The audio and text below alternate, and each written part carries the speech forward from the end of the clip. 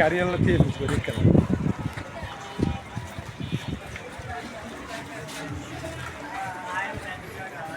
এই রাস্তাটা ভাঙ্গা থাকাতে আপনাদের কি সমস্যা হয় বলেন? গাড়ির অসুবিধা আমাদের মানে যাতায়াতের সমস্যা, গাড়ির প্রতি নিজের প্রতি মানে যা এটা মানে বলার বাইরে, এটা কষ্ট পাইতেছেন আপনারা, সিরিয়াস কষ্ট পাইছে। আপনারা চান অতি শীঘ্র রাস্তা ঠিক হোক। স্কুলের এবং গার্মেন্টসের শ্রমিকরা স্কুলের ছাত্রছাত্রী, তারপরে যে গার্মেন্টসের শ্রমিক, এগুলো যাতায়াত করতে মানে বৃষ্টি হওয়ার সাথে সাথে হাঁটু করে পানি হয়। হ্যাঁ ভাইয়া, একটু রোডটার কথা একটু বলেন, কি অবস্থা একটু বলেন।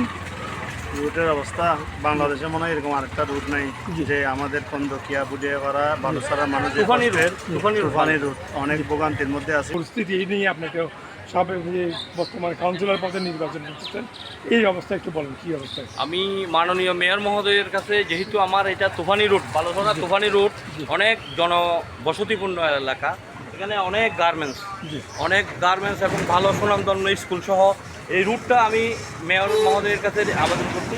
আমাদের 500-600 ফিটের একটা রুট, বালুছড়া তুফানি রুট, এই রুটটা যেন খুব দ্রুত একটা সংস্কার করা হয়। এখানে বৃষ্টি হওয়ার আগে পানি চলে আসে, এক হাঁটু সমান পানি থাকে।